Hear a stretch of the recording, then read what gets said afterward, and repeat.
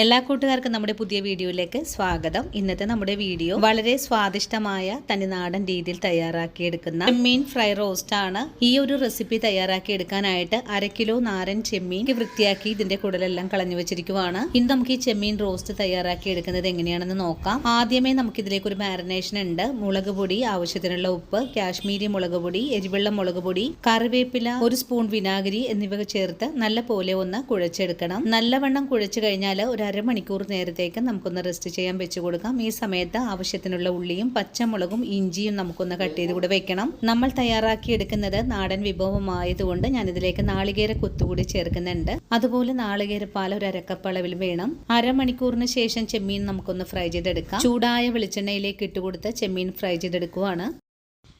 2 വശവും നല്ലതുപോലെ മുരിഞ്ഞ് പാകമായി വന്നാൽ പിന്നെ നമുക്ക് എണ്ണയിൽ നിന്ന് കോരി മാറ്റാം. ചെയ്തെടുക്കുമ്പോൾ അധികം ഒന്നും മുരിയിച്ചെടുക്കാതെ മസാല മാത്രമാണ് നമുക്ക് മുരിയിച്ചെടുക്കേണ്ടത്. ഇപ്പോൾ നമ്മുടെ ചെമ്മീൻ പാകമായി വന്നു. ഞാനിത് കോരി മാറ്റുവാണ്. അതിനുശേഷം അതേ പാൻ തന്നെയാണ് നമുക്ക് അടുപ്പിലേക്ക് വെച്ച് കൊടുക്കേണ്ടത്. ചൂടായി കഴിഞ്ഞാൽ പിന്നെ നമുക്കിതിലേക്ക് കട്ട് ചെയ്ത് വെച്ചിരിക്കുന്ന നാളികേരവും കറിവേപ്പിലയും ചേർത്ത് നന്നായിട്ടൊന്ന് വഴറ്റിയെടുക്കാം. അതിനുശേഷം നീളത്തിൽ കട്ട് ചെയ്തെടുത്തിട്ടുള്ള ഇഞ്ചിയും കൊച്ചുള്ളിയും കൂടി ചേർത്ത് ഒന്നുകൂടെ വഴറ്റണം. ഈ സമയത്ത് നിങ്ങൾക്ക് ഇതിലേക്ക് വെളുത്തുള്ളി ചേർക്കാവുന്നതാണ്. ഞാനിവിടെ വെളുത്തുള്ളി പൗഡറാണ് 1/4 ടീസ്പൂൺ അളവിൽ ചേർത്തിട്ടുള്ളത്. ഇതെല്ലാം ചേർത്ത് നല്ലതുപോലെ ഒന്ന് മുരിഞ്ഞ് പാകമായി കഴിഞ്ഞാൽ പിന്നെ നമുക്കിതിലേക്ക് അല്പം പൊടികൾ ചേർക്കാം. ആദ്യം തന്നെ മഞ്ഞൾപ്പൊടിയും 2 ടീസ്പൂൺ അളവിലെ ചതച്ച മുളകും 1/2 സ്പൂൺ അളവിലെ കാശ്മീരി മുളക് പൊടിയും 1/2 ടീസ്പൂൺ അളവിലെ മല്ലിപ്പൊടിയും കൂടി ചേർത്ത് നല്ലപോലെ ഇളക്കി ഒന്ന് മുരിയിച്ചെടുക്കാം. പൊടികൾ മൂത്ത് പാകമായി കഴിഞ്ഞാൽ പിന്നെ നമുക്കിതിലേക്ക് നാളികേരപ്പാലാണ് ഒഴിച്ചു കൊടുക്കേണ്ടത്. നാളികേരപ്പാൽ ചേർത്ത് കഴിഞ്ഞാൽ നല്ലതുപോലെ ഇളക്കി യോജിപ്പിച്ച് ഒന്ന് നമുക്ക് മൂടി വെച്ച് കൊടുക്കണം. അതിനുശേഷം ഇതിൻ്റെ എണ്ണയെല്ലാം തെളിഞ്ഞു വരുന്ന പാകത്തിൽ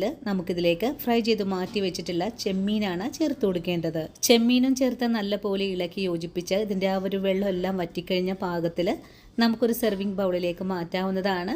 അപ്പോൾ വളരെ രുചികരമായിട്ടുള്ള ചെമ്മീൻ ഫ്രൈ റോസ്റ്റ് റെഡിയാണ്. വീഡിയോ കണ്ട് ഇഷ്ടമായിട്ടെങ്കിൽ ഫുൾ വീഡിയോ കണ്ട് വീട്ടിൽ ട്രൈ ചെയ്ത് നോക്കാൻ മറക്കല്ലേ.